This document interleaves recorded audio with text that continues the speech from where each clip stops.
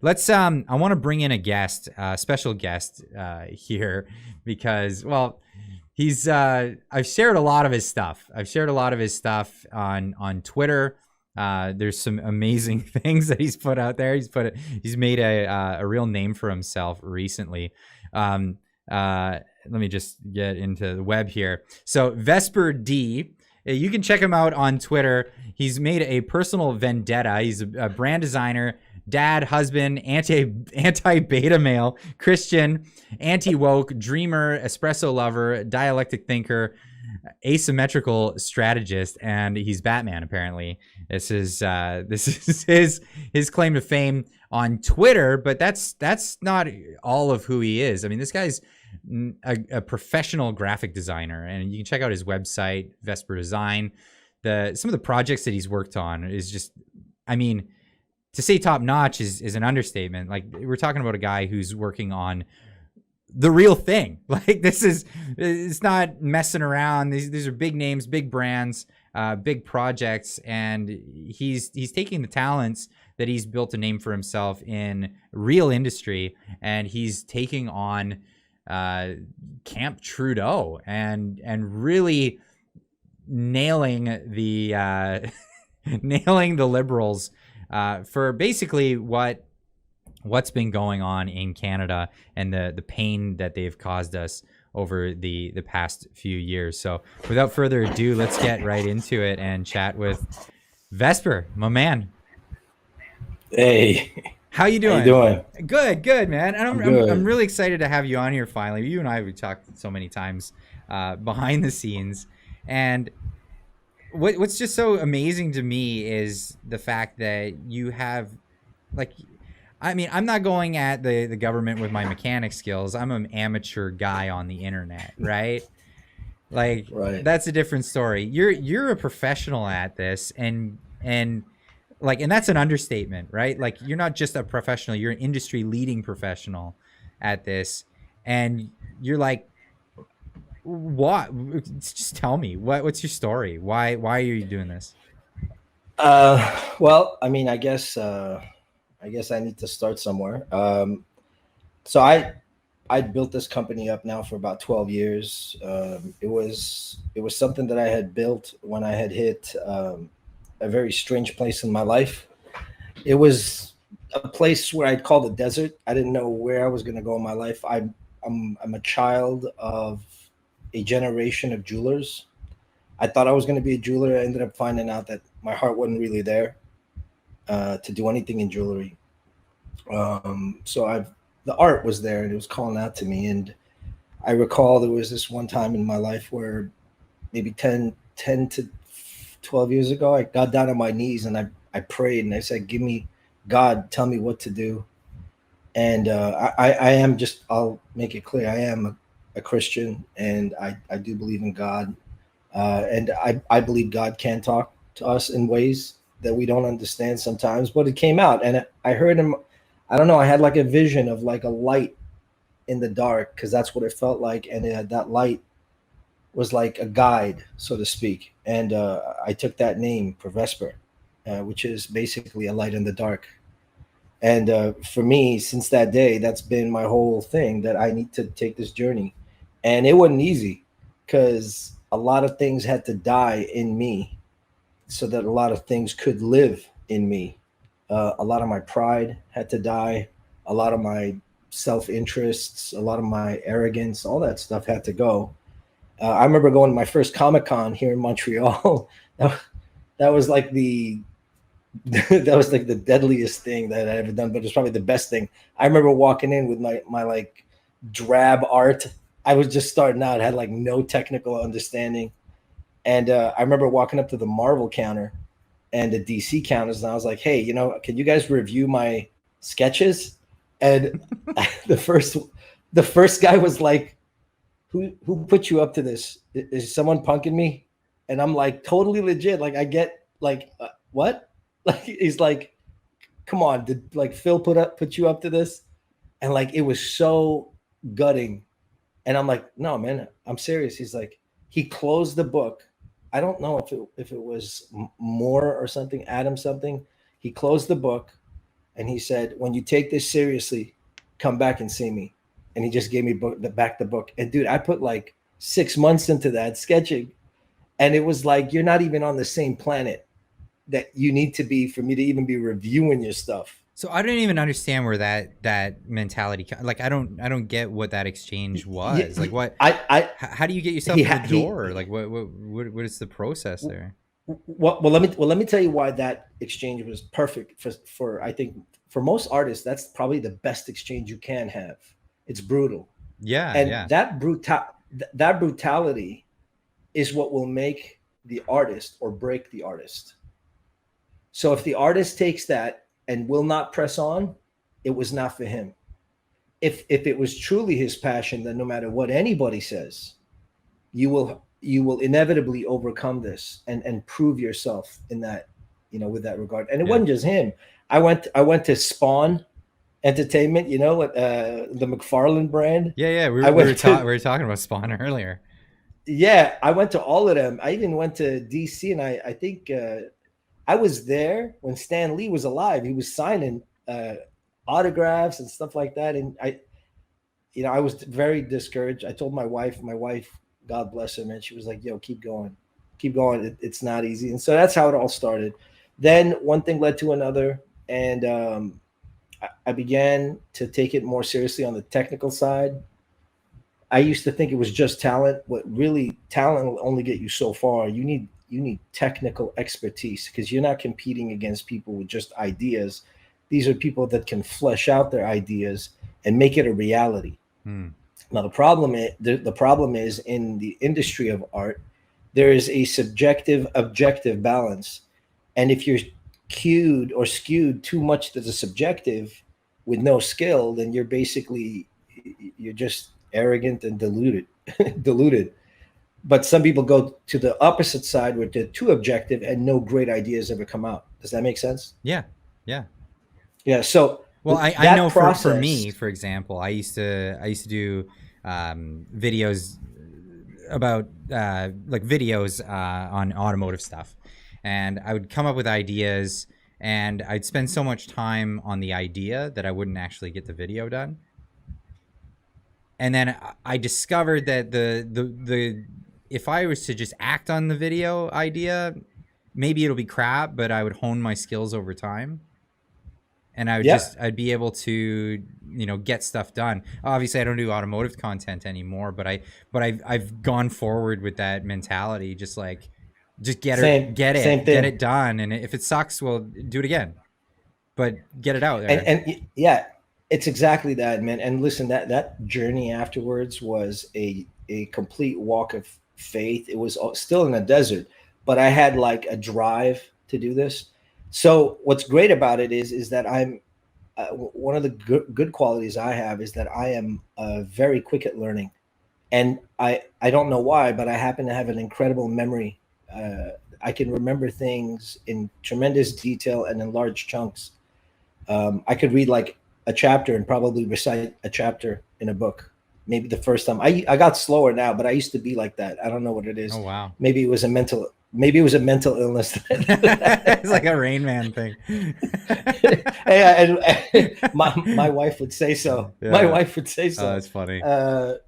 By the way, am I coming in too good? Yeah, you sound great. Good? You sound great, and it's all Perfect. good. I mean, just hear what the chat says. Put it in the chat, everybody. Does it sound good on your end? But I think it sounds good. Yeah. Is there any delay on the video? I just want to make sure. No, there's no delay. It's perfect. Good. Okay, so I entered. Then I started joining contest-based websites. Mm-hmm. I joined a site called 99 Design. Some of you might have heard it. It's kind of like a Fiverr, but it's like a more upscale Fiverr. Oh, okay. And that was a 2-year masochistic endeavor because Clyde, I entered 200 contests and I lost 200 contests. I made nothing off of 200 contests, like full logos, full banners. Wow. And so like, imagine like Clyde, you go to 99, right? You put down like $500 and you say, I want to have a logo, and like 50 people from all over the world, 100 people sometimes all over the world, all submit to you their ideas, you got to pick one.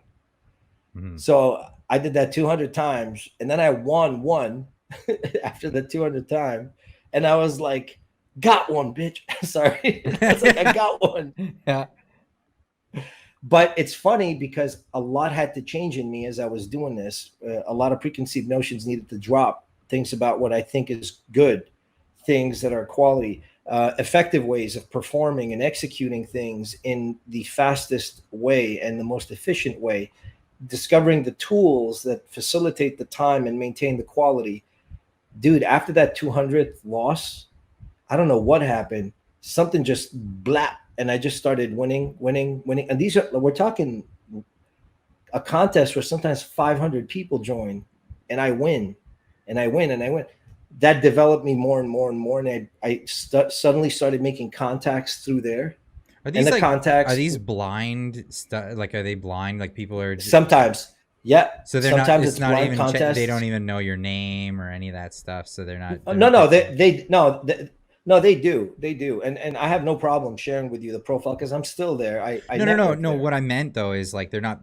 Were they picking you again and again because they started recognize your work, and they're like, oh, okay, this is right. Well, this is this guy. Well, look, and we like what he's doing. Yes, he's going somewhere. Yes, but like anything, you got to build cred, right? Right. You need cred, and if you just win one contest, like, all right, someone will look at you. 10 contests, they'll look better at you. At 100 contests, like, the company starts recommending you. You understand? Like, I can't tell you how many times the corporation, which is now owned by Vistaprint, by the way, 99 just got bought by Vistaprint. So that's like massive. Yeah, it's big.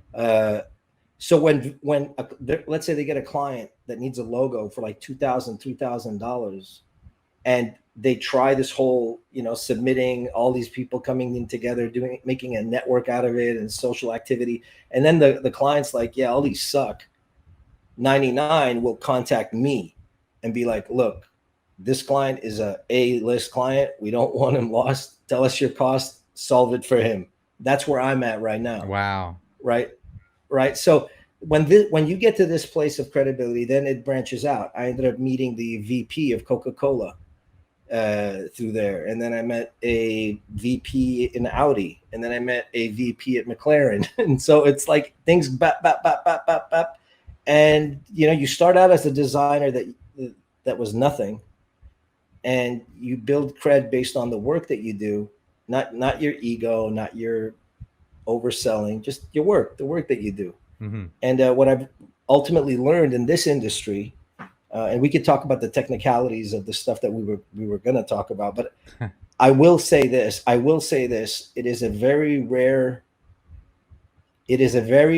creature that can be recognized purely on his work. Most of the industry it's not what you do, it's who you know.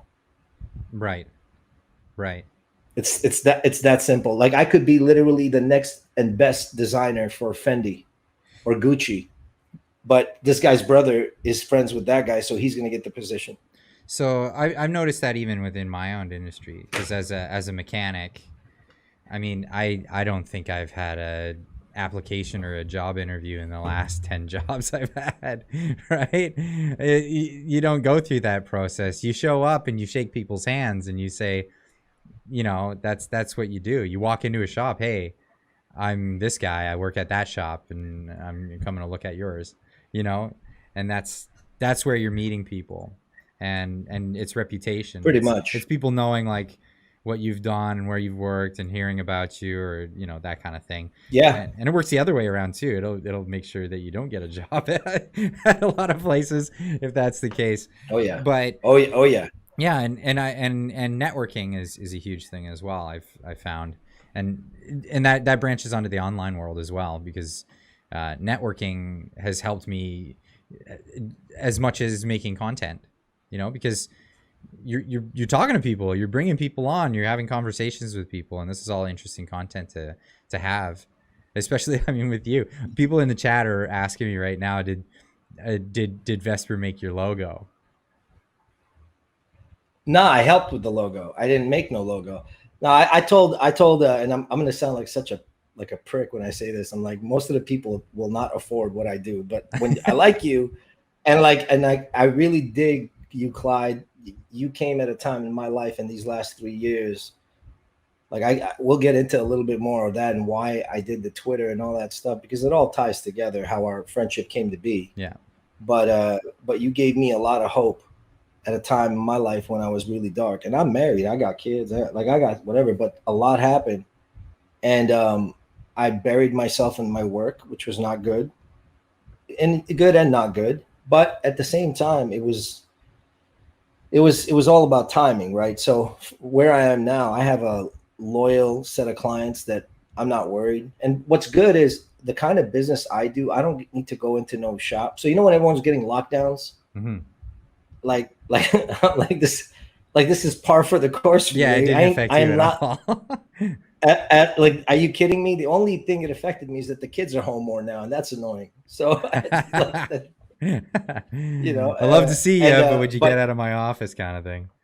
Yeah, right. And so what ended up happening was a lot of my clients, some of them are in Honduras, some of my clients are in Germany, some of my clients are in Sweden. I have clients in Russia. I have clients out in Sudan. Believe it or not, 2 weeks ago I was in a call with Saudi Arabia, but that's like me at 4 a.m. talking to them at like 9 a.m. So I'm secure in that my livelihood. Thank God. I thank God for that. One market goes down, they're still safe. This market goes down, this other client's safe. You see what I'm saying? Like, I'm diversified globally for my work, and I'm meeting people that could just toss you a bone just because, you know what I mean? So I'm grateful for that. Now, this is where it kind of turns everything on its head, because everything that's my brand on Twitter is nothing like what I do. I mean, I use these things that I do, but people don't know what I do. And so this became like, if you go down to my personal Twitter, I don't know if you could show people, if you could scroll all the way down on my Twitter to like the first post. It's not that long. I trimmed it up a little bit. Oh, you trim it up? Yeah, I'll have to. Yeah. So we're starting at the top here. And yeah, if you just go all the way down. You retweeted this out. By the way, you did make this. Yeah. Yes. We'll get to that. But yeah, scrolling all the way down. Like, if you go down, how long does it go? Yeah, you'll see it's right there. That's it. So I don't know if who knows this person, but this is one of the world champions, heavyweight boxing champions of the world, Roy Jones Jr. I designed brands that he's wearing. Oh, okay. If you go up, you'll notice that I was in the NFT market space for a bit. I did art for companies. I even spoke to hold on, you go back down. I spoke to Snoop Dogg. Oh, yeah. There you go. And I ended up making him an NFT, and he accepted it. Oh, wow. If you want to ever go. So I made a lifelike version of him, for him to have. So I was starting Twitter with like this mind in art, like go art. And then the lockdowns happened, and a lot of stuff happened in my life, and it affected me in a very negative way. I live in Quebec, and one of the worst provinces to get hit with the worst. Yeah. I mean, and I'm like, you know what? If you would have just said nicely, I would have taken it. But the way that you're coming off is like, no, you're gonna do it, even if you don't want to do it. We're not gonna let you do nothing. And then it started going up. My first target was our premier, Legault. I thought he was doing this, but because I knew nothing about politics, I didn't care about politics. Mm-hmm. But then I started going up the ladder, and it ended up at Trudeau. I realized what I had never wanted to know was just how much influence the federal government was doing in all this. And then obviously you can go even past the federal government. You find out there's a globalist thing to this. Yeah. So without going further and further, I began to realize that not that there was no injustice. I suppose I'll say this to everyone that's listening. And I'm sure it's going to resonate with so many people. I always knew there was crooked leaders throughout time. I'm a studied individual. I studied a lot of history in art, a lot of history in social civilizations. I've always seen crooked and corrupt governments. What I don't think I was ready for, Clyde, was how the people within my bubble turned. Yes. I was not ready for that. Like, that caught me off guard. Like, imagine like you're blocking something and you're like, yo, hold the door. And then you realize that everybody bitched, and you thought you were like we all were on the same page, that people that come in making wide platitudinal things, and I'm looking for my mom, she ain't there. I'm looking for my bro, he ain't there. I'm looking for, and all of them, I feel like, I don't know, it's like that SpongeBob SquarePants scene where like that plankton, he put like a bucket on all their heads, and now they're all zombies, and nothing I say to them makes sense. And that it shocks you, because I'm like, yo, you and I studied Aristotle, we studied Socrates, we looked at the history, bro. How could you be believing this? Don't you see it? No, you know what? No, we don't think like that. You're just, conspiratorial. I'm like, me? I'm the conspiracy theorist? Like, me? You're talking to me? And I started talking to doctors that were my friends. I have medical doctors that are my friends. Mm-hmm. And I'm saying, dude, look at the numbers. Look at the numbers. He's like, no, it's not like that. I'm like, look at the stats. Stats don't matter. Lives matter. I'm like, what? And man, I could easily tell you I lost 75% of my entourage. That's crazy. I mean, I know people out here in British Columbia that know doctors and talk to them on the daily, and they'll tell me, a lot of these guys, they don't believe the stuff that the government's telling them, but they're not going to risk it. They're comfortable. No. They have their situation. They've seen what happens to people that speak out, and this will blow over eventually. They're all saying that this will all just blow over, and then everybody moves on, and that's the game they played, and that's really sad. But that's what we're see. That's not what we're ready for. I mean, I heard wives leaving their husbands over this. I heard kids not talking to their parents over this. And you know what? In a way, if you see, this is where my marketing and consulting will come into this conversation, and I'm going to be able to do some fun things with you and enlighten maybe you and the people listening to you about how this is done. Marketing and design. Marketing first, strategy second, marketing strategy, then the design. Okay, so I'm watching this. Remember, this is what I do, and everyone's going to think I'm a villain. Marketers. Yeah. Ever since Edward Bernay's. No. Before you get into that, I want to talk about something that Edward Bernay's did, and tell me if this is the kind of stuff that you do. So, Edward Bernay's, he was famous for being the nephew of Freud, right? The famous psychologist, and he worked with a group. I think it was like Crisco or some company, Betty Crocker or something like that. That made the easy bake cake. You just add water to the powder thing. Well, yes, it was a flop, and nobody wanted to do it. Nobody wanted to buy it, and all these women wouldn't buy the product. And they're like, "Why? This is such a good product. It's revolutionary. It's like it's a cake. You just add powder and then bake it, or you add water and bake it." And so they did a study group, and they found that these women in the study group felt kind of guilty because they really didn't do enough work. As stupid as that sounds, they made the whole dinner, but like the cake is the thing. So they said, well, how about in the next study group, we have them crack an egg into it. We're not going to change the formula or anything. We're just going to have them crack an egg into the bowl and mix it up with the water.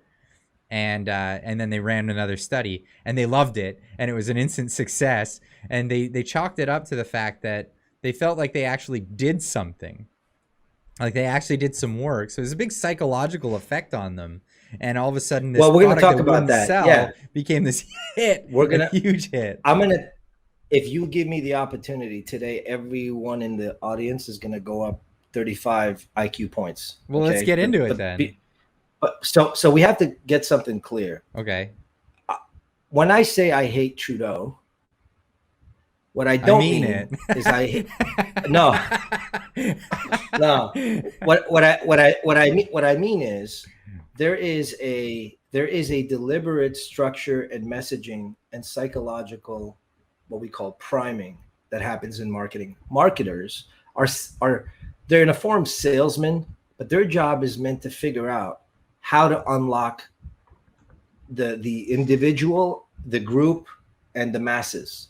Okay. Yeah. So when we're thinking of something, we're either deciding, are we creating a trend, or are we solving a trend, or are we manipulating a trend?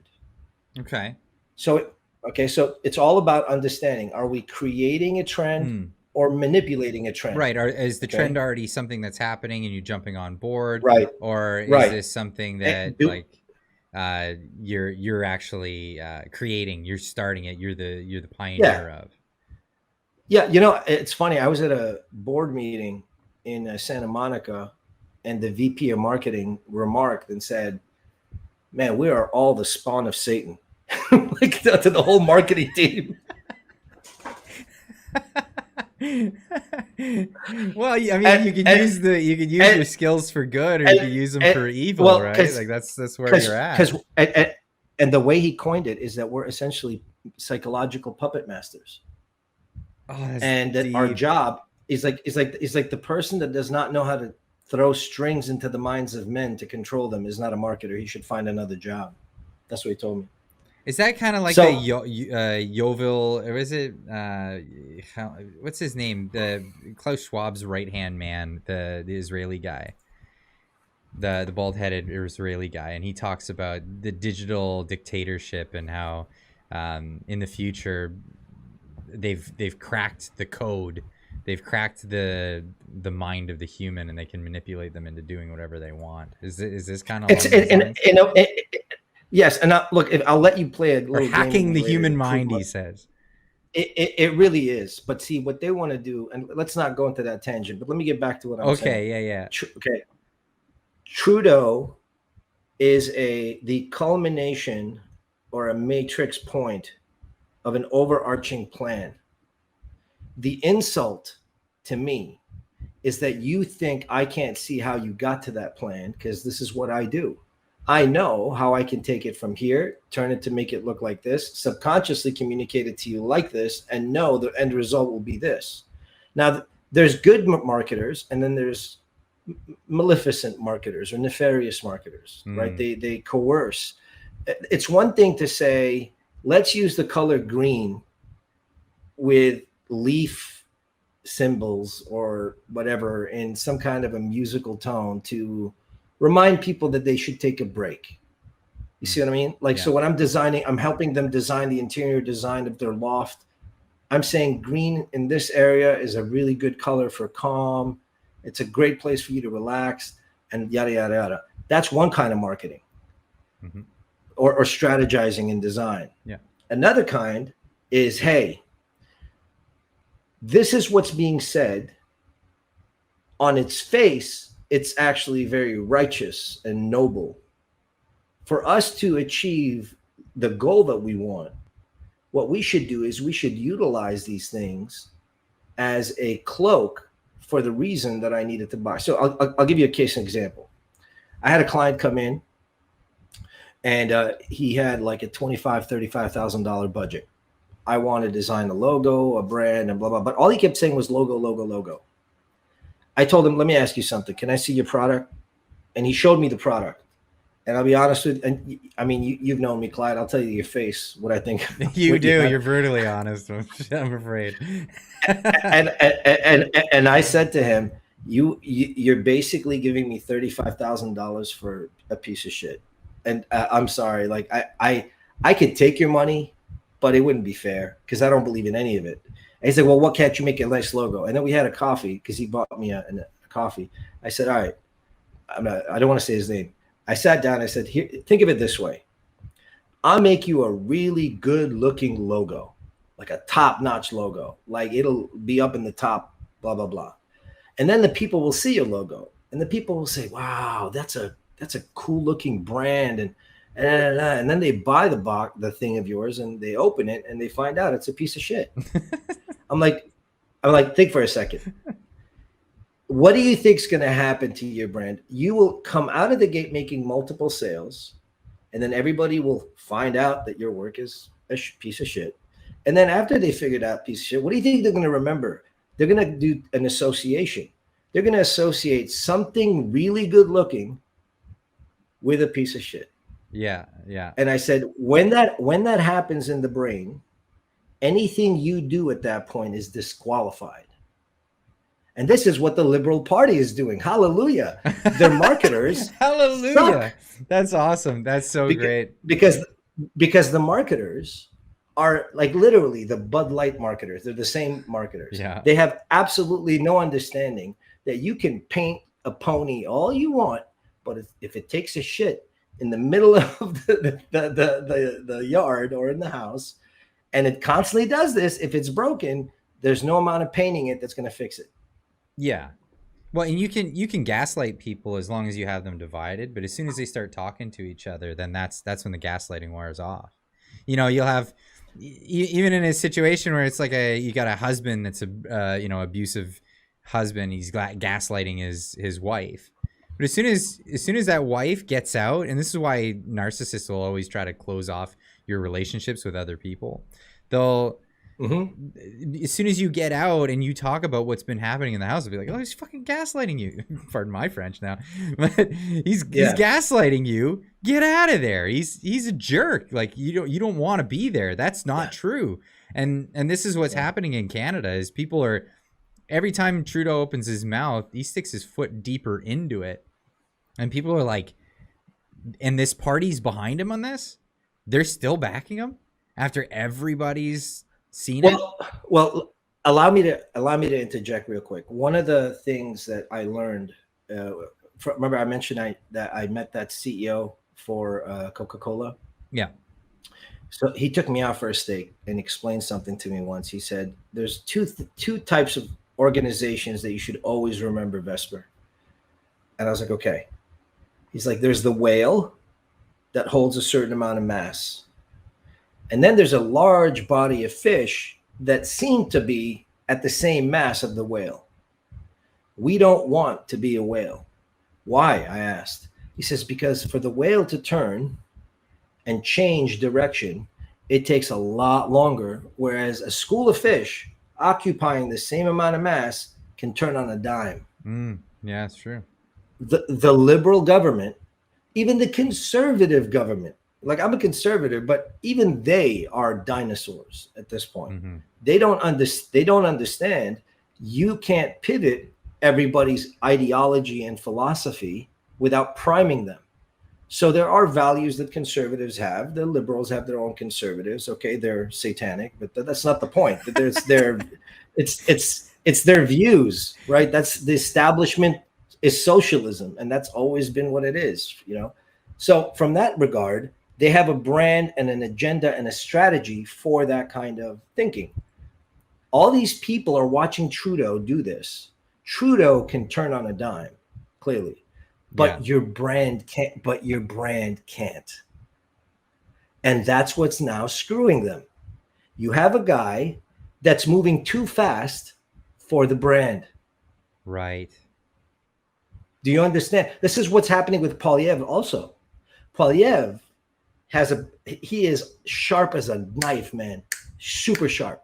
But the conservative brand does not turn quickly. The way they take risk assessment, the decisions they make, the way that they propagate their ideas, they don't move as fast as, let's say, a small company. Yeah. So Poilievre could say all these things. It's ludicrous because like some of the stuff that they're doing. I mean, what we saw with OToole, he wouldn't even get on board with the Freedom Convoy that was rolling in, and he was ousted. That was it.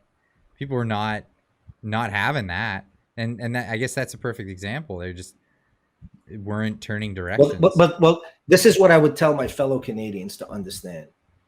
There are systems in place and there are actors within this system. Board game, me and you on a board game, me and you are sharp. I've met you, I've talked to you, you're sharp. But imagine all the hurdles we have on this board that we created that literally what are they? It nerfs us. You play video games, it nerfs us. So here's Poilievre, he wants to do something against Trudeau. All he could do is get up there and balk, and maybe people will listen and finally wake up. That's the problem. The problem is that if you're trying to be new, but the subset of people that you have, they're still stuck in a certain way of thinking, it's not going to change like that. Branding and marketing yourself requires you to prime people. And I wanted to give you a minute to talk because I want to break down what these techniques are in marketing and strategy, and or we'll cover whatever it is that you want to cover. Yeah, no, I'm interested in this priming thing. So like, what are examples of priming that you can point to? I put the notes up that I did when I gave a class on this at 99. So I'm going to read you the notes that I wrote them. Okay. So one of the ways that the subconscious advertising works is through what we call cognitive priming. Okay. Priming is a psychological concept that refers to the process of influencing a person's behavior by exposing them to certain stimuli. In the case of subconscious advertising, the stimuli are often visual cues such as colors, symbols, or images. These stimuli can trigger certain associations or emotions in the subconscious mind of the consumer, which can then influence their behavior. An example of this would be a billboard advertising a luxury car. It might use images of a sleek, shiny car and a well-dressed model standing by it. The use of these visual cues trigger associations with wealth, success, and a status and subconscious in the mind of the viewer, which can then influence their desire to purchase a car. So, in a way, it's Pavlov, but it's like offensive. It's like proactive Pavlov. See, Pavlov had to do something, issue a reward or a penalty. Yeah, for people who don't know the Pavlov's dog thing, I'll explain it really quick. So Pavlov's dog, it was an experiment that Pavlov ran, and every day he would ring a bell and the dog would come and there would be food in the dish. And the dog would come, just at first he would come, what's going on? And then there's food in the dish, and then he got used to this. And he was conditioned to the point when he heard a bell, his mouth started salivating and he'd run. And he would experiment. He would try it, and he would ring the bell, and there would be no food, and it wasn't time to eat at all. And the dog would come in salivating, hungry, and would be upset because it wasn't food time. So this is the conditioning that you're talking about. Right.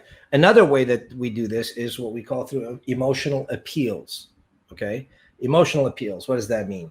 It plays on a powerful role in decision-making, and advertisers often use the emotional appeals to trigger certain feelings or associations in the minds of consumers. For example, a billboard advertising a soft drink might use bright, vibrant colors, images of happy, carefree people enjoying the drink. The use of these visual cues can trigger positive emotions like happiness and joy in the subconscious mind of the viewer, which can then influence their desire to purchase that product to get that emotional fix. So what we're doing is we're saying we're not just salesmen. We're coercive salesmen trying to tell you what to think. And we know on basic generalities, everyone's stressed, everyone wants time off, everybody wants new things. We know that human beings typically like to compete each other, whether it be clothes or sports or work. So we understand that human nature more, and we try to direct the mind of the person. And again, it becomes more complex, right? You have to know the demographic, what are the age groups that we're talking about, and so on and so forth. But priming and emotional appeals are important. Colors, repetition, symbolism, association, these are absolute musts that you must know. And I could give you something to give to everyone else after. Is that like why fast food restaurants are always seem to be red and yellow? I don't know why. I always noticed that they're red and yellow. No, like I'm sure there's people in your audience here that already understands what colors do, right? But it's a little more. I wanted to do a little game with you, if it's okay with you, to show you how. Okay, so there's this thing called the Stroop Effect. Have you ever heard of it? No, this is my first time hearing that. Okay. To prove the power of association you're going to do this with everybody watching. Okay. It's going to be fun.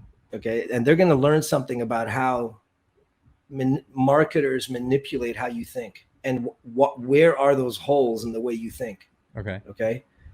So to prove the power of association on your subconscious, you're going to play a little psychological game, and that will demonstrate the priming in marketing. Okay. So I'm going to send this to you on Discord. Oh, you could so you could put. You want me to put it? No, I'm going to send it to you. Yeah. But do you not want them to be a part of this? Yeah, sure. If you want them a part of this, you got to get them a part of this. All right. So I just sent it to you. This image. Oh, okay. It's just one image. Yeah. And I'm going to read this to you, okay, before you play this game. Okay. Oh, I think I've seen this before. I didn't know what it was called, but this is Yeah, this is the Stroop Effect. Okay, so I'm going to uh read it out. Once you get it up there, I'll read it to everybody. okay, there it is. Okay. Yeah. Uh, To play the game, all you need to do is read the following words and time or take a mental note of how long it takes you to say or think quietly in your head the colors of the following words. But do not read the words themselves. All you're trying to do is say the color that the word is written in. Oh no. Cool? I'm dyslexic and this is going to be tricky for me. I think I'm going to have a It's lot of okay. trouble with it.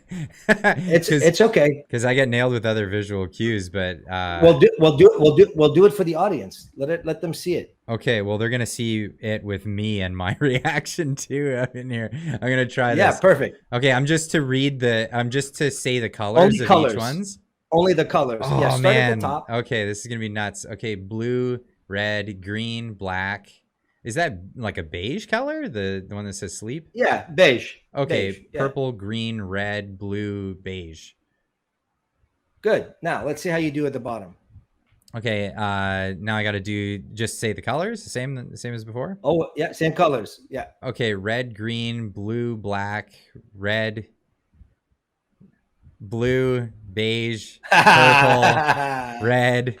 Yeah, okay, the cues are there, man. It makes me want to say the thing that it says. Now, I hope the others, by the way, feel free to do this with them again. Let me just explain what's going on. Hopefully, you'll notice that it takes a lot more thought and time and effort to get to the second set of colors. This is because there's a stimuli, the word that your subconscious is actively fighting against. In other words, the priming is going against you. Yeah, yeah. I paused there so I could get it right. Making your life a lot more difficult. Mm-hmm. If you look at the game objectively, there should be no reason that the second set are harder to read. After all, words are just a collection of letters. But the word blue makes you think blue, and that includes blue things too. And because I've just mentioned the word blue, your subconscious is already making associations. The sea, the sky, both the above. And if we follow that on further, priming you with blue and making your subconscious associations to sea and sky, I could probably even make you repetitively convince yourself to go on a vacation. Oh, like, wow. like try to understand now politics from this vantage point. You have somebody like Trudeau who does not fit what we would call noble. But he says noble things, apparently, right?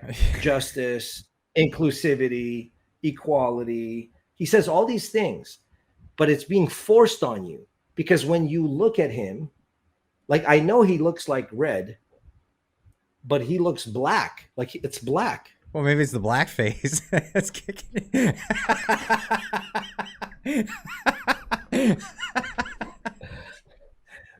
Do you understand how he has coerced his followers? Yeah. His followers have no problem. They have been primed to think in a certain way. For you to convince them that that's not red, there's a bigger issue from behind that. It's not just, hey, like all of us, trying to tell all the liberals, hey, how could you vote for this guy? No, you don't understand. You can't just do that because it's not a color or a person. It's a thought process. And then to define what a liberal is at the core, that's what you're really fighting. You're not fighting the person in front of you. That's just the marketing. But the ideal that they're pitching behind that is this kind of self-righteous virtue signaling. And that if you're not caring for other people, if you're, we're all about caring for our fellow man. We're all about, making concessions, and we're not greedy capitalists. That's how they've marketed the idea of liberalism. And so you come to attack that, the opponent is seeing somebody trying to deface the brand. You could say the same thing about Nixon. As Nixon was like super honored, super respected, when Watergate came, it created a massive cognitive dissonance for a lot of his followers. Yeah. Because he seemed very honorable and all those things. And then amazing Trudeau, looking back though is like what he was accused of, and he stepped down because of it, and like what we're seeing today is just insane. It's absolutely insane that there hasn't been any resignations, and this is like Canada and the U.S. Like just the scandal after scandal that are way worse than Watergate. Way Well, you know, worse. we had a conversation the other day. Hypnotists run into this kind of thing too. Yeah, so I had a problem, right? So, and I'll get into that. Years ago, I was a heavy smoker, and I quit smoking since, but I've been quit for a while. But I used to be a heavy smoker, and at one point, I heard about quitting using hypnosis. So I lined myself up with a hypnotist, and I was like, I'm gonna give this a go because I heard people eat like uh, onions on stage and eat them like an apple, right? And they think that they're eating an apple because the hypnotist suggests to them that that's what's going on. And I'm like, okay, well, I'm a skeptical kind of guy, but I'll give it a go, and if it works, then it works, right? So I go and I went with 2 sessions. First was just to assess who I was and have him be able to make notes on me, like just personal wise. So I guess so he can get a better feel on how to do a session. So then I go for a session, and he tries and he tries and he tries and he tries, and I just couldn't. It wouldn't happen. Like that click moment or whatever it is to become hypnotized just never happened. And he was like, oh well, sorry, but some people are just not suggestible. And that was the thing that really stuck out in my mind, is that some people are not suggestible. And that was really the crux of why I couldn't be hypnotized. And I thought maybe this is why I and a percentage of the population just never fell for the whole COVID junk as it was going along, and don't fall for the woke garbage, and don't fall for any of this other stuff that they're putting on us. Well, here the thing that we're all really dealing with at this point is they're angry. Everyone should be sleeping. Why is everyone not sleeping? And then the people that aren't sleeping are saying, well, I mean, because it's not nighttime. Worldviews are right, but like, you understand, like, our worldviews are very different. There was a pastor once that got brought into this building. I told you this story, but I'll tell this to your audience. Yeah. He went into a postmodern museum. I don't know. Do you think your audience knows what I'm talking about when I say a postmodernist museum? I like squiggle art, like art that doesn't like all the random splashes like on a canvas and stupid stuff, and like staircases that went nowhere, columns that were upside down, and it was a museum, and this guy was like marveling to the pastor, like, hey, what do you think of this? See, we don't need to make sense to make art and beauty. And the pastor looked at him and said literally the wisest thing that I could ever remember him saying. He says, did you do any postmodernism to the foundations of this building? Yeah. Oh, no, I forgot that part. That's hilarious. Because you can't play with an absolute construct called a foundation. You can paint it pink, you can paint it blue, it's okay. But what you can't, you like, even in vehicles, I mean, there's got to be some absolutes in vehicles, right? Oh, absolutely. Like a piston.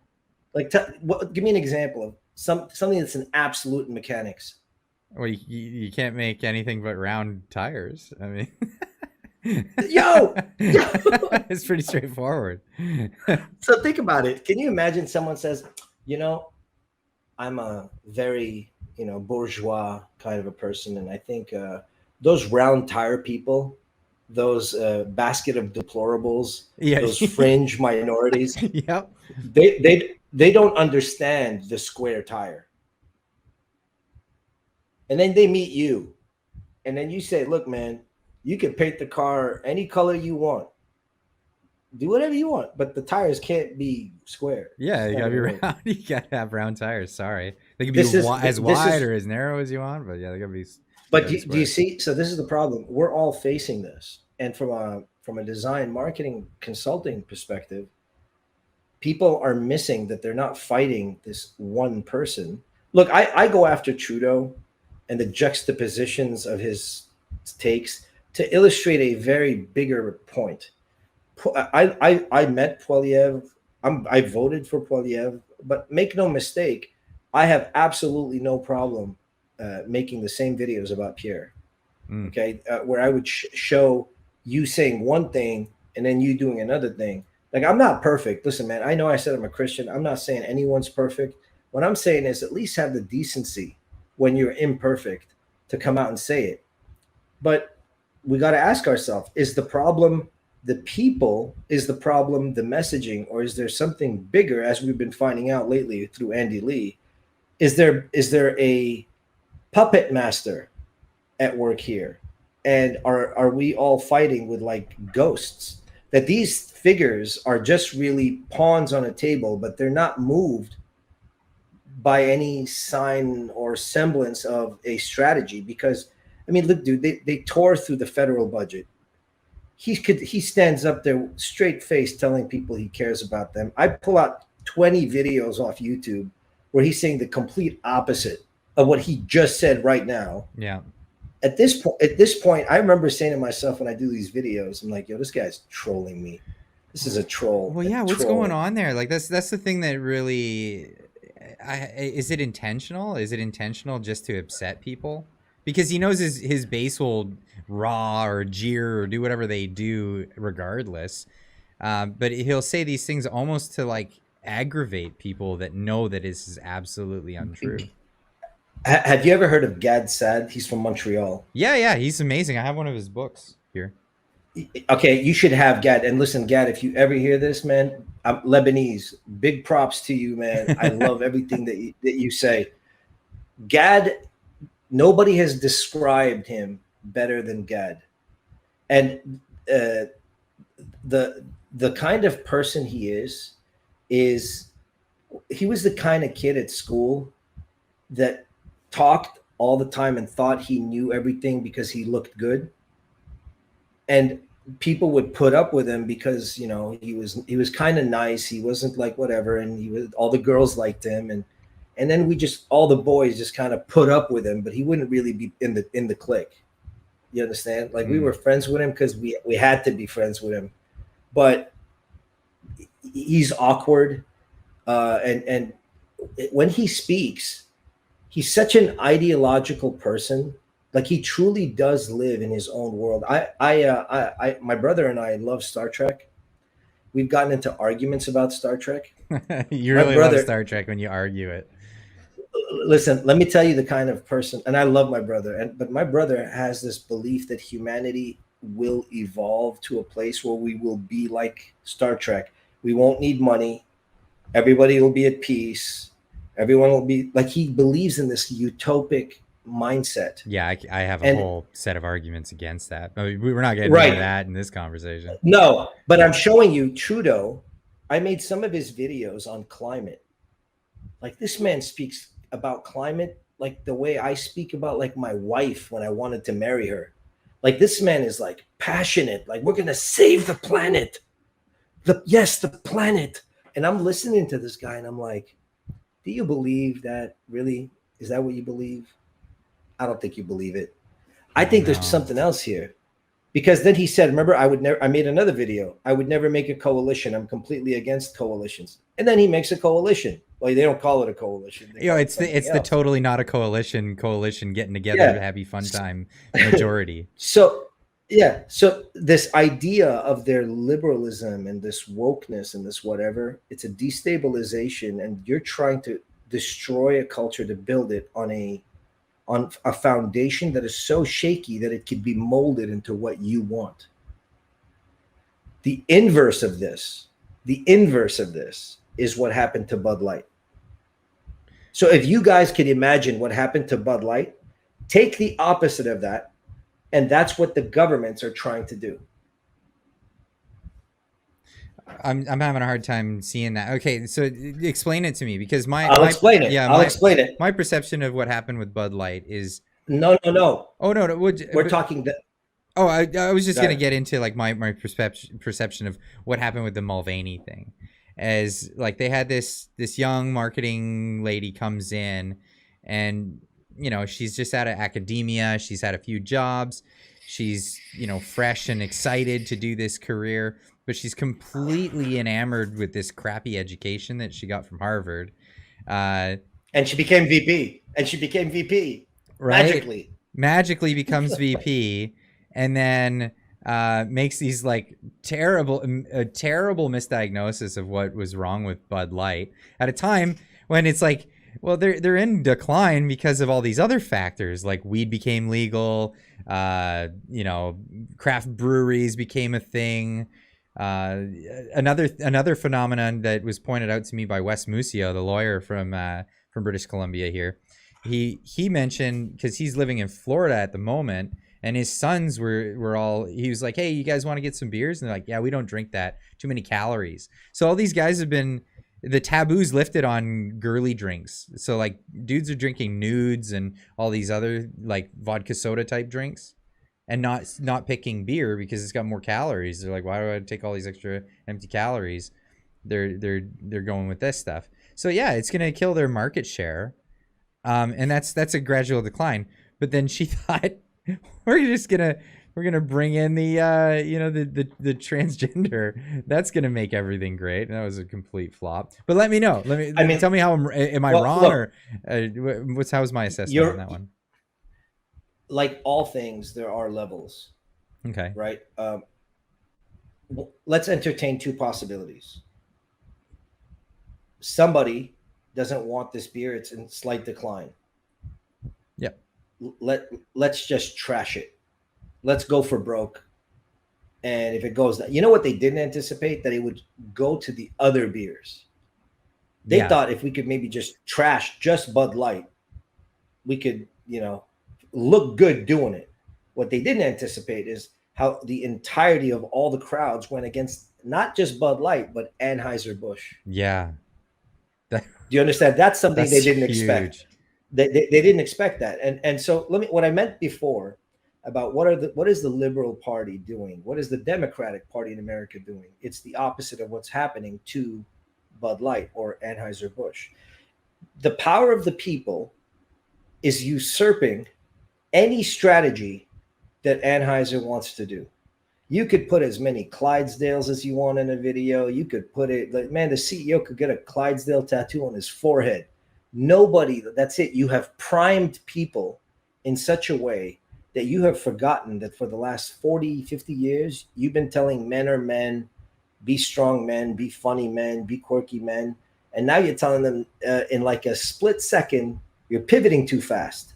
Well, they didn't. And you're going to tell them that's not the only pivot they did. Like in the past few years, they hired what was his nuts, the comedian who used to be funny from Vancouver but turned super woke, Seth Rogen. Seth.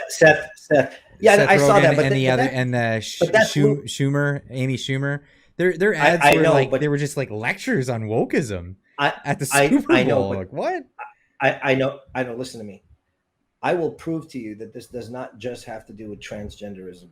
Oh yeah, that's what I'm saying. It has to do with their pivot away from the main right. Because if you would have put a Seth Rogen face on that can, I wouldn't touch it with a 10-foot pole. You understand? It didn't matter. You could have had like certain people on that can, and we wouldn't like it. But the idea here is that we are going to do what we want, and you will buy our drink. And the people said, oh, yeah? Okay. And that's what happened. Now, when I say flip that, how would the inverse be? The people are saying, we need solutions. We need things to be done for us. And the way that Trudeau has justified it, and I wrote this in one of my posts. I don't know if you could see it. It was about the abuse. I'm looking it up real quick. It was all the signs of an abusive person. I don't know. Can you go to that post? I'll have to find it. One sec. Okay, I'm already there, but you're already there. Yeah. Okay. I wish I could share it on my screen, but it says this is how our PM sounds like in Ottawa. The other day, remember when he was in Ottawa, you giving his conversation or dissertation, I call it, his dissertation to Ottawa. Yeah. This is the definition of victim blaming. And this is exactly what it sounded like. It's not my fault you got hurt. You just misunderstood how much I cared for you. It's your fault that I had to hurt you and threaten you so that I could save you. So the people were literally being told that I'm here to be saving you. You hating me makes you the bad person because I'm trying to save you. And any means I take to save you is a good thing. You're the one with the problem. Yeah. Can you imagine why Anheuser-Busch cannot stand up right now and say, it's not our fault you guys aren't drinking the beer. It's because you're all bigots. Why didn't they come out and just say that? No, but you understand, the messaging to Trudeau now is like, I saw, was it yesterday, where he's calling Polyev because Polyev says you're too woke. You need to wake up. Like, this guy is decimating his brand. He doesn't understand. His brand is not just millennials and Gen Zs. There is a large old school liberal class here. I mean, dude, in America, Bill Maher, I hated his guts. He was entertaining, but I hated his guts. Mm-hmm. But Bill Maher is now turning on those people. It's like, I used to be liberal. I don't know what you guys are now. So because they're Trudeau not liberal, and I really wanted to push back on this, not to you, but I wanted to push back on this online, because like, what is a liberal? Like a classical liberal, and from my understanding, is like Thomas Jefferson, Thomas Paine. These guys are the liberals. Washington, Benjamin Franklin. And what I wanted to do is I wanted to put together all the tenets of liberalism and then compare it to what the Liberal Party is and what their platform is.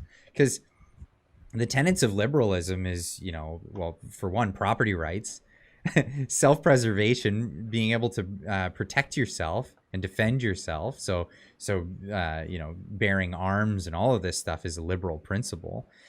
Free speech. They're totally against that now. The freedom of association, which they totally rail against people for.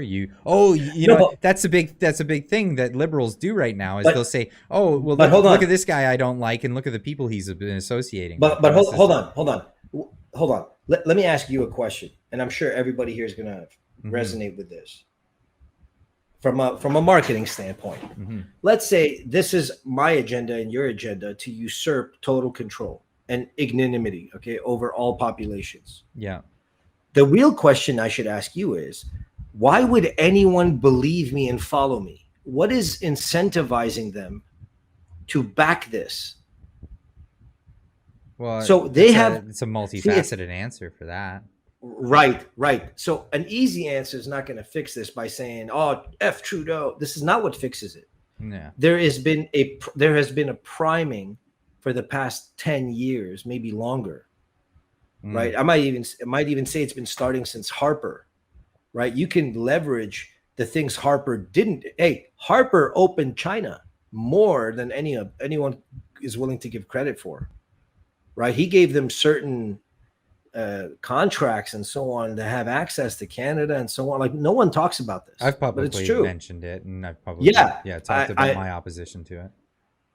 Which is why we're friends, because at least you report on it. Most people don't know that it's not just Trudeau.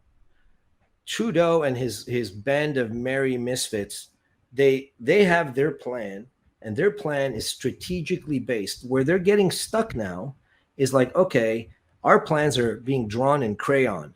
We need to start upping our game and doing our work a little bit more like intelligently. Like, for example, maybe we should remember what we said. Maybe we should take those videos off of YouTube of the things that we have said. Maybe we should go to these places and say, please don't publish. Oh, wait a minute. How about we solve all that and just put out a censorship bill for media? They're getting caught. It's almost the inevitability, though, when you start going down this road of authoritarianism, right? If you want to be an authority over people instead of being a member of society and leading, and you get this all the time. Like you can see this in like parental situations where people, you try to lead by example to your own kids and teach them the right way, but then at a point, a lot of people will give up the leading by example and just say, whatever, just do what I say. As a kid questions what you're doing, and it's like, no, you can't, because you need to you need to keep your room in order. And I sound like Peterson right Jordan now. Peterson. Clean your room. Yeah. You know, you do though. You have to have your stuff in order before you can start preaching at other people that they have to do it a certain way. I mean, dude, he was in Ottawa telling people, listen, let's just this point is like the quintessential crystallization of everything that is wrong with liberal Trudeau's government. While creating incentives, I force nobody to take it.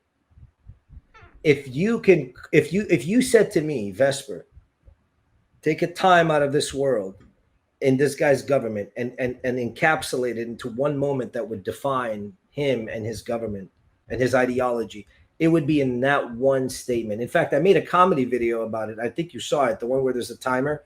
I wanted to time and see how long it would take him, like a dodo, to contradict himself. It literally took him 48 seconds. And That's a good one, yeah.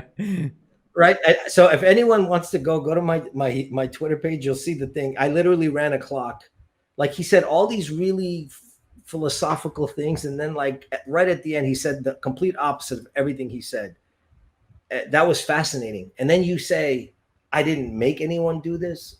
How do you define make? And what kind of a messaging approach? We gave him all the right incentives. That drove me nuts, man. I made 2 videos over it because I was so upset about it. But see, someone's writing this for him, and someone's telling him this is how you are to phrase it. These are soft words. I don't know if you know that they do that in the back end. We have things called soft words. In messaging, there's soft words, transitory words, and hard words, and then there's pivot words. I don't know if you see sometimes Biden, he's holding that piece of paper that he always gets caught holding. There's notes on it. Yeah. So he was holding it the other way, and somebody saw all the notes. Yeah. It'll say like pivot on this. He read it out loud Stand hard once. on this. Like, he read the instructions out loud once. I can't remember what it was. Yeah. But it was really funny. I couldn't take any more, and I'll stop at this point. I'm sure you have other things you'd like to say, but I will stop by saying my disdain for Trudeau is that he represents everything that is horrible in mankind. Humanity in and of itself is already plagued with a sense of self-righteousness, a self-virtue. It kicks people down to lift itself up. It's the sin that the fallen nature of mankind. Like, I mean, I always tell this to some friends when we do our Bible study. I say, it's so funny. It only took 2 generations for a brother to murder his brother. So right after Adam, it was Cain and Abel, and Cain kills Abel. Like, murder entered immediately into our thing. If you believe that, I believe that. Mm-hmm. So when I see a guy like Trudeau stand up there, you know, my wife was watching Gladiator the other day, and she said we were looking at Commodus. Do you remember that movie? Yeah, with Gladiator, Joaquin Phoenix is the Caesar.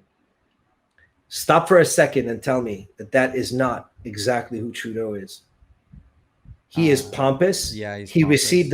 received the legacy of Marcus Aurelius, his father, the great Caesar. He's always wanted it, and now that he has it, he's abusing it. And the power has gotten to his head, and he's now making big mistakes. And the last mistake was to invite Maximus into the ring with him, and Maximus took him out. And I think his own hubris is what will take Trudeau out. That's the story of Narses, right? The demigod that was so enthralled with his own reflection that he was looking down at his reflection in the placid lake on the edge of a pier, and he was so enthralled with it that he fell off and he drowned. And you know what the irony in all this is? They can play cover all they want. When you understand in consulting meetings, in marketing meetings, that at some point you are going to run into a ruse, we call it a ruse, where there is no way out of this. You've painted yourself into this corner.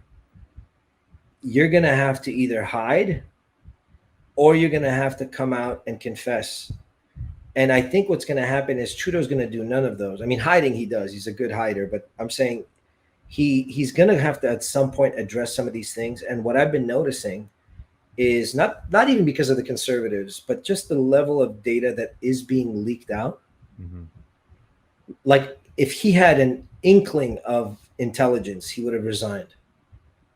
Yeah. But what I think is happening is he's doubling down precisely because of his woke immaturity. Either it's none of those things, and he's just being puppeted. Yeah, my thought was that there's an agenda, and that the people who are in place right now, they without being in place, like after their time is up, they're so done that there's going to be a cleaning of house, and those people, the infiltration of the cabinets is going to get cleaned out, or the liberal brand will be completely dead because of the infiltration. Yeah, because they don't care. They don't care about the brand. But you think they care about the brand? But that's the thing. So they're just trying to get away with as much as they can. Like I said, watch until 2023. They're going to hang on to this. And Jimmy McJuggernuggets, Jagmeet Singh, he's a World Economic Forum member as well. I mean, he's on there too, as a young global leader, just with Trudeau. And if they can hang on to a majority as a totally not a majority, happy fun times coalition, not a coalition party time, they'll do that until 2025, and they'll ram as much through as possible. Just like I said earlier in the stream, Marco Mendicino even saying we put provisions in the bill to make it even harder when the next administration comes in, so they can't remove it, in anticipation to not being in government anymore. They know that their time is over, and their time is limited. But I'm saying this to all the Canadians that are listening to me today. Look, can we talk about Twitter a little bit and less about the government, just so that I can explain some things about my experience so far? Yeah, for sure. Because I want to, like, I don't want to go too long on this chat, because we're already over on the stream. So no. I want to cover Twitter, and I want to cover like where you're going with that, and then wrap things. Sure. So how about this? You lead on this. You lead on. What do you want to cover first? Well, I want to talk about your Twitter account, how far you've been going with taking your skill. Like you have tremendous skill. Like you're not some. Thank you. Like I'm an amateur when it comes to this stuff, and it's amazing that I've made these accomplishments. Right? I'm a professional mechanic. I'm not taking my wrench pulling skills to this fight. I'm developing new skills, and I'm bringing this to the table. You have developed skills. You've honed them. You're a master of your craft, and you're coming to the table with this. I mean, you're a tremendous asset for all of us. Absolutely. But what drives you? There's a goal, obviously, and you've stated that as soon as you've reached your goal, you're done. So like, how does that all play? So I decided to say, I remember I started seeing the propaganda that were being pitched at everybody at the Freedom Convoy through CBC, CTV, Global News. And I was like, everything looks so ghetto. All the memes look so ghetto. Nobody's doing anything that kind of gives that kind of quality, that like memorability, right? Mm-hmm. And so initially I joined a bunch of really cool people to help do these things. The messaging was I'm like, okay, we need to up our game in terms of offense. And when I saw them do what they did, I was like, oh yeah, all right. I finished recently a really big project, so I could afford like a month of my time just doing nothing but Twitter. And you and I talked about how absolutely insane I went in that first month. Dude, I didn't even realize. I was like, dude, you're gonna get yourself blocked by everybody. You're annoying. You're spamming, and I didn't know how much you were posting. How much were you actually posting? Okay, so I'm gonna tell this to everybody, and please don't hate me. I said I don't care if you block me. I don't care if you mute me. I don't care if I get suspended. I don't care if you follow me. I don't. All I want you to do is to notice what I'm making. And look at how absurd it is, what I'm showing you, and just share it, okay? I don't need to be famous. I don't need no followers. Or even copy paste and make it your own, whatever. Dude, one of my logo, like let's give you an example. an animation of 10 to 30 seconds, I charge usually $15,000. That's A insane. logo is $7,500 to sometimes $20,000. Wow. Okay. I'm creating all this and I'm saying, just use it. I don't need it. Just take it and like throw it everywhere. I don't care. You know, the guy thinks he's well equipped. I could generate 50 graphics an hour. I mean, you know how fast I work. I've showed you how fast I can work. You've worked very and fast. in a surreal way.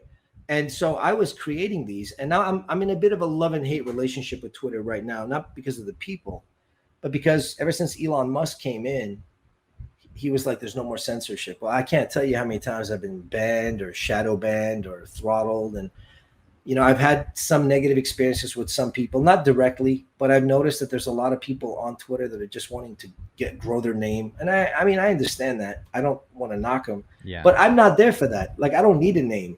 I need this guy and the whole world to see clearly the absurdity. And I'm sure he's watched some of my videos, and that comforts me, by the way, that he has, because he needs to know that we don't just know you, we know you very well. Okay. And that how much of a fraud you really are. And you know yourself, it's starting to wear down on his face, man. You saw him at the convention. He didn't look healthy. I think evil just does that to people. Look at Yakinda Arden or whatever her name is from Yakinda Arden. Yeah. Holy cow, she used to be a beautiful young lady, and then she turned into that thing. Yeah, like she's looking like Gollum. Like that evil does stuff to you, to your body. It's crazy. So to explain to everybody in the chat what was happening is, I would go initially to like the people like Clyde and a person like this guy or that guy, and like they wouldn't even respond. And I'm giving them like top quality stuff, and I'm not even asking them for money. I'm like, just take it, use it. I'm giving you bullets, like ammunition for your marketing and advertising. Put it out there. And maybe nobody took me seriously, which was fine. And then I said, okay, so what I'm going to do is I'm going to basically go Rambo. And that's what I did. I went Rambo. Are you ready? So February to March, I posted and retweeted 55,000 times. Holy cow. Oh, that's insane, dude.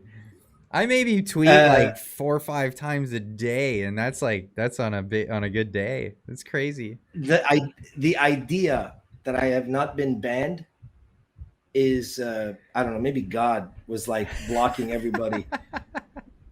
55,000 got me 3.6 million in engagement, and it even got on Jimmy Dore. And I don't know if you guys know Jimmy Dore. Please check him out. Like, the entire team, Jimmy Dore, amazing. Big shout out to Jimmy. Big shout out to Kurt Metzger and all of them. Even Ed Mate, who's from Montreal, believe it or not, and Aaron Mate is amazing. So yeah, I've always said that. Like, I don't agree with a lot of stuff that Jimmy Dore says ideologically, but like we're in this fight together, kind of thing. You know, he's fighting the same monsters as we are. So I started doing this all by myself, saying, you know what, like, all right, ain't nobody gonna help me. I'll help me. And a lot of people blocked me. A lot of people muted me. That's fine. I didn't care. I needed to say what I needed to say, and I had to bull rush my way to it. And God is my witness, man. There's no evil in my heart, but I'm done listening to somebody. Like, I'm okay with you lying to me, but at least be good at it. I'm okay with you stealing from me. No, seriously. If you're going to pickpocket me, like, be like stylish about it, man. Like, be good at it. Don't fumble and act like me. Like, what are you doing? Like, I don't want to know you're doing these things. I'm okay with that. Heck, I might say, like, dude, you deserve that wallet. Take it. You did that. Perfect. But the guy that's up there, I feel like it's like my little sister standing up there trying to pontificate and teach me. And I'm like, God, you're stupid. Yeah, like, you really are stupid. The illusion's insulting. Cracked. It's cracked, and he's not even good at the delivery anymore. And that's what I was saying earlier. I'm like, it's almost intentional. Like, it's designed to get people angry. Like, yes, he's triggering people. He is triggering. Remember that time he walked? Was it in Brampton Was it in Brampton? Was it in Brampton where he just walked outdoors in the middle of the night? And he was like, yeah, I can't remember where Hamilton. it was. No, it's Hamilton. It was Hamilton. Yeah, that's right. Yeah, it was in Hamilton. This guy is a psycho. You are walking in the middle of the night in Hamilton, and like literally that scene, all it needed was like torches and pitchforks. That's all that was missing from that scene. And this guy's walking with one hand and smiling and waving at people that are not there. Yes. And I'm asking myself, this man is like, do something. Please do something to me. Yeah, that's what he wants. He wants an emergency. He wants to be a victim so he can cry victim. And you know, man, this guy, I say this, it breaks my heart to say this, but like I worry now for his family. Like, you guys had a good name. You had a decent name. And like, how are you gonna go anywhere without being yelled at or screamed at anymore? Like, why not make amends and come out and say very openly, you know what? I screwed up. I swear to God, even today, if Trudeau came out today and said to everybody, can I confess to all of you, I screwed up. I screwed up big. I shouldn't have been such an ideologue. And I did a lot of things to a lot of people that I should maybe not have done. But I really believed hard in my beliefs. But see, all this is just dreaming. But if he did that, because that's what a decent person would do, my friend. Like that's the reality of it. We're not talking about a decent person. Well, that's it. And look, I'm living in an alternate reality when I say that. Even some people would let it go, but it's the measure of penance that you show, and he has no penance. He's impenitent completely. And so that just galvanizes people more. And then he gaslights people like on the stage. Hey, Pierre, woke. You need to wake up. What the hell, dude? Like, seriously, who's writing this for you? I'm so happy you have bad writers. I'm so happy your marketing team, you know? So from Twitter's side, I have like maybe one critique. And I just wish we were more consolidated in our messaging. Those of us that are trying to bring light to things, but it seems that everyone has their agenda. And because everyone has their agenda, this lack of unity, we need to, and I said this once to you, I think we need to form Voltron. Yeah. A lot of the big hitters on Twitter. Okay, some people are spouting trans issues. Some people are spouting Trudeau issues. That would be me. Some people are spouting WEF issues. We need to all get together and go after the culture. Because the way I feel like we're doing it now, it's maybe even part of their plan. Keep them separated. And as long as they're not united, we don't have a problem. Well, this is why I think that they conflate the trans issue with the drag queens issue. Because I think they want the confusion there. They brought these issues in both at the same time, and they're actually completely different issues. Like, having drag queens around kids is inappropriate, and that's one issue. But people conflate that with the issue of trans people wanting to use bathrooms, and they're different issues. Trans people are not drag queens, and drag queens are not trans people. They're different issues. Well, look, Twitter right now, I find it's a mixture of people's maybe ego to get known. And a part of it is like, no, they're legitimately trying to help. But it just feels like everyone is like throwing sticky bombs at a wall. You know what I mean? Like, we're all throwing paint at the wall.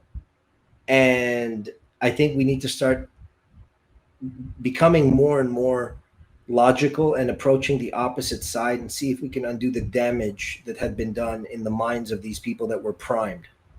Essentially, we need to unprime those that were primed. And it's not like facts and stuff, because I know we would all agree, like, oh, liberals don't listen to facts. No, they actually do. They actually do.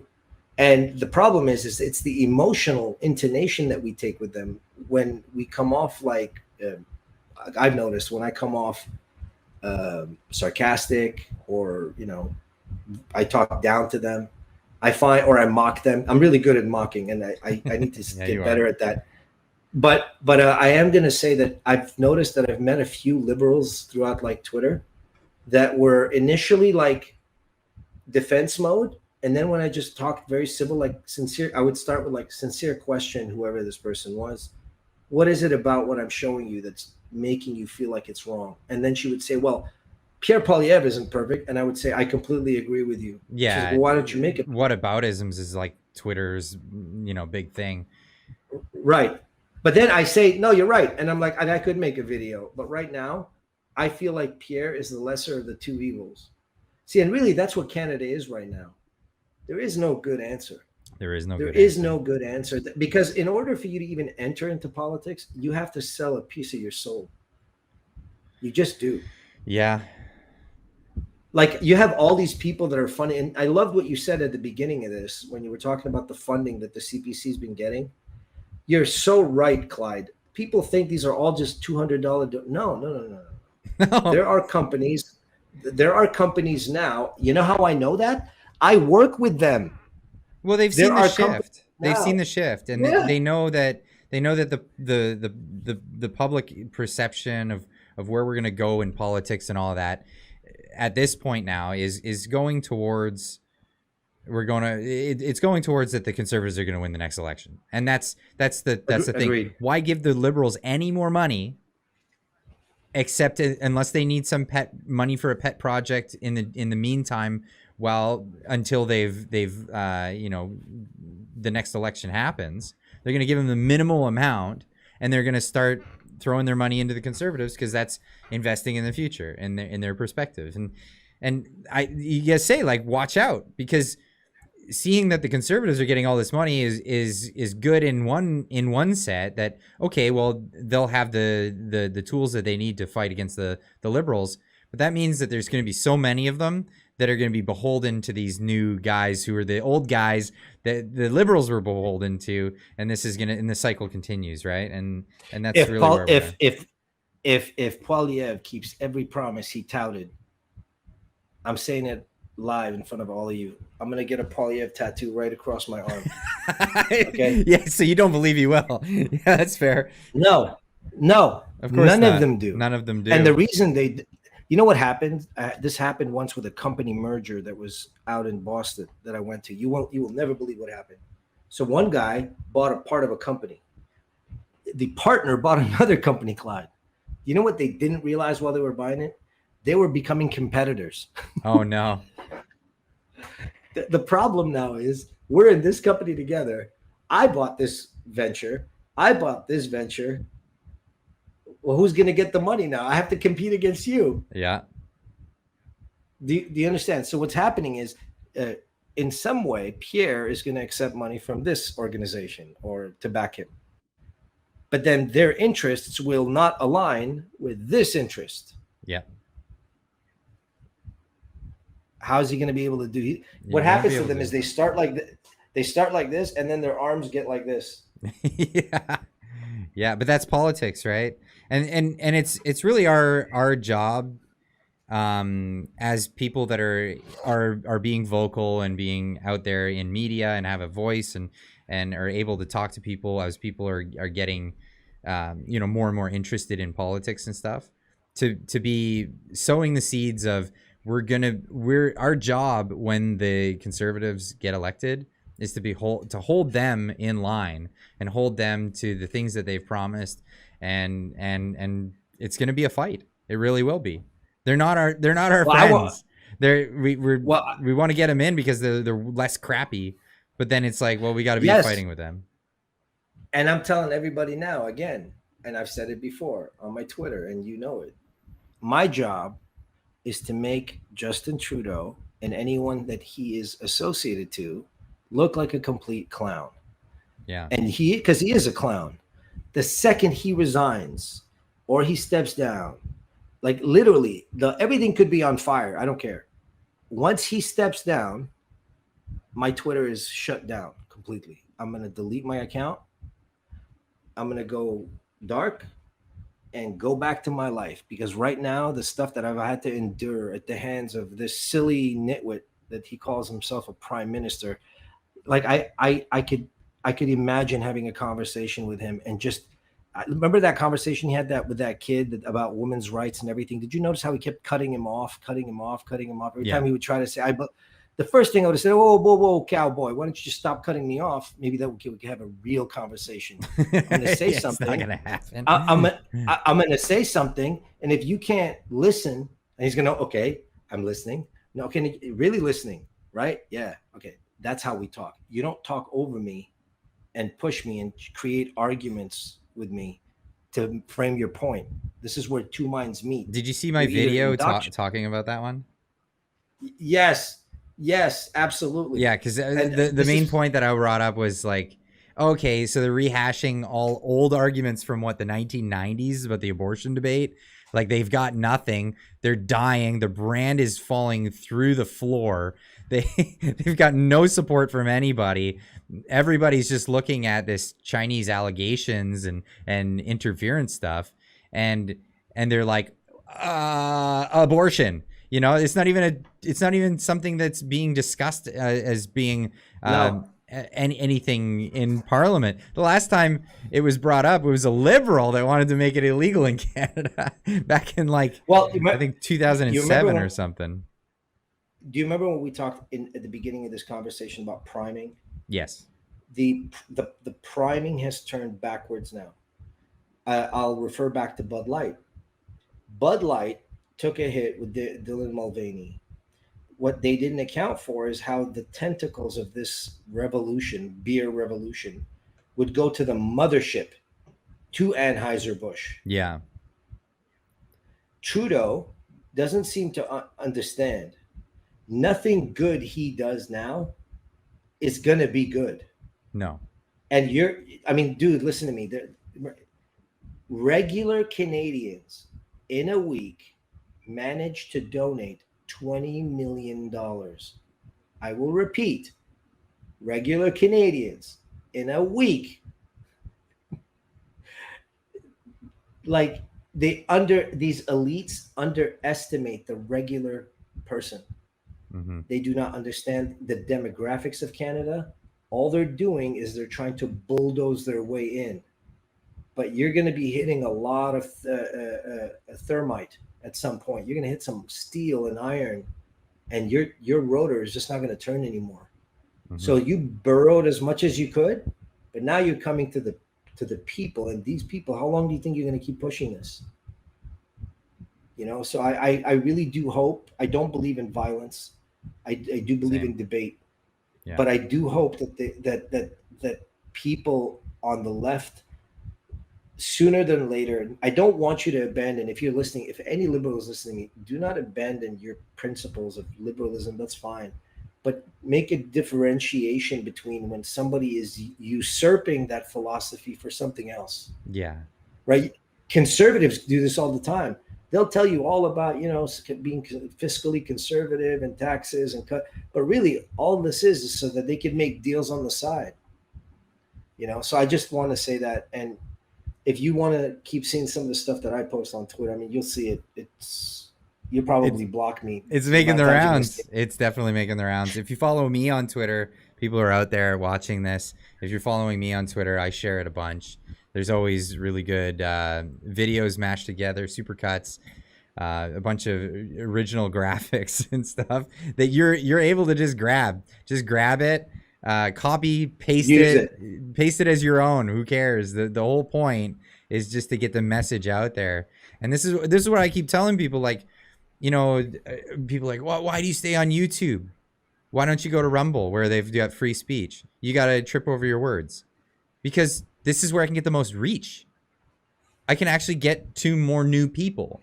Like, I could go to Rumble where there's there's a lot of people that want to hear this message, and that's fine. But I want to try to reach new people, and YouTube's algorithm is definitely one way to get to that. So I'm going to stay where the people are. It's not that I'm not on Rumble. My videos are all on Rumble. You can watch them there if you want. But you're doing the right thing, man. That's exactly what I would do. And look, speaking from somebody that's in strategy and marketing, you're right. This is the whole point. Maximal view. Yes, there's a bunch of problems with Google and the way that they believe in their ideological blah, but that doesn't matter. The whole purpose is visibility. If I can ask a favor from everybody, listen to me. All I want is to create things. If you believe what I said today about what my goal is is to expose. It's to expose. It's to expose. I don't need donations. I don't need money. I don't need you to do anything for me other than for your own sakes and for my sake and my family's sake and your family's sake. Use this content, retweet it. Yes, we're not going to beat him on just Twitter, but we could shift the tide of sentiment. Because I've noticed a lot of people, listen to me, man, I've noticed some people that were on the other side who watching one or two of these videos that I did, they said I'm a lefty, but I can't deny that this looks bad. Yeah, right. But you don't have to just share it on Twitter. Be on Twitter. Follow your Twitter account. And for people who are on Facebook or they're on Truth Social or any of these platforms that are out there, you've got time for Twitter, and that's about it. You got other stuff to do. They can take your stuff and just go everywhere with it. That's the thing. Listen, post it as your own. Can I say one last thing before we end the go for it. Channel and it's a Christian metaphor from the scriptures. Mm-hmm. One of the things that in the Bible Satan often tries to do is to inject doubt into our belief in not just God but in ourselves. You know, the Lord's Prayer is one of the parts that is in the Lord's Prayer is keep us from the evil one, you know, keep us from temptation and so on. I've noticed that the way that we're to come at our, let's call them our opponents, political opponents, is that we are to create doubt in what they believe. Mm. We can't clash like water against the stone. Nothing will happen. You literally have to position things to people in such a way that you would need to turn them against themselves. This is a marketer talking to you, by the way. Okay, so listen to me. You need to find a way that it's not immediately offending them. What you're doing is you are making them stop and say, can I refute this? Even if they talk back at you or chew you out, it doesn't matter. They didn't give you an argument, but you could tell there's a pause there, right? Just having the upper hand here is not how you're going to turn people. If the guy's like a dyed-in-the-wood liberal, and then you post one of the videos that I made where Trudeau was like, I never got Chinese information. And like 2 seconds later, I always said that I got Chinese information. Holy cow. Do you know how many liberals are seeing this guys use the videos, share them everywhere, because the machine that you guys are fighting is well funded and well oiled. They're just stupid people behind the wheel. That's it. Yeah. Okay. And this grassroots thing that happened with Anheuser-Busch should tell all of you that the power is always with the people. Yeah, the power is with the people. You guys are getting top-notch graphics, top-notch animations, just get memes, GIFs. Take it, use it. That's the best part. Is like I've seen campaigns. I've seen campaigns where they encourage you to. Oh, sorry. I've seen campaigns where they encourage you to use stuff, but it'll always be like low tier. Like the stuff you're making is top notch. So it's and they'll tell you, oh, mention us, or no, you don't have to mention me. You steal it. It's like you don't even have to say that. Just steal it. Do whatever you want with it.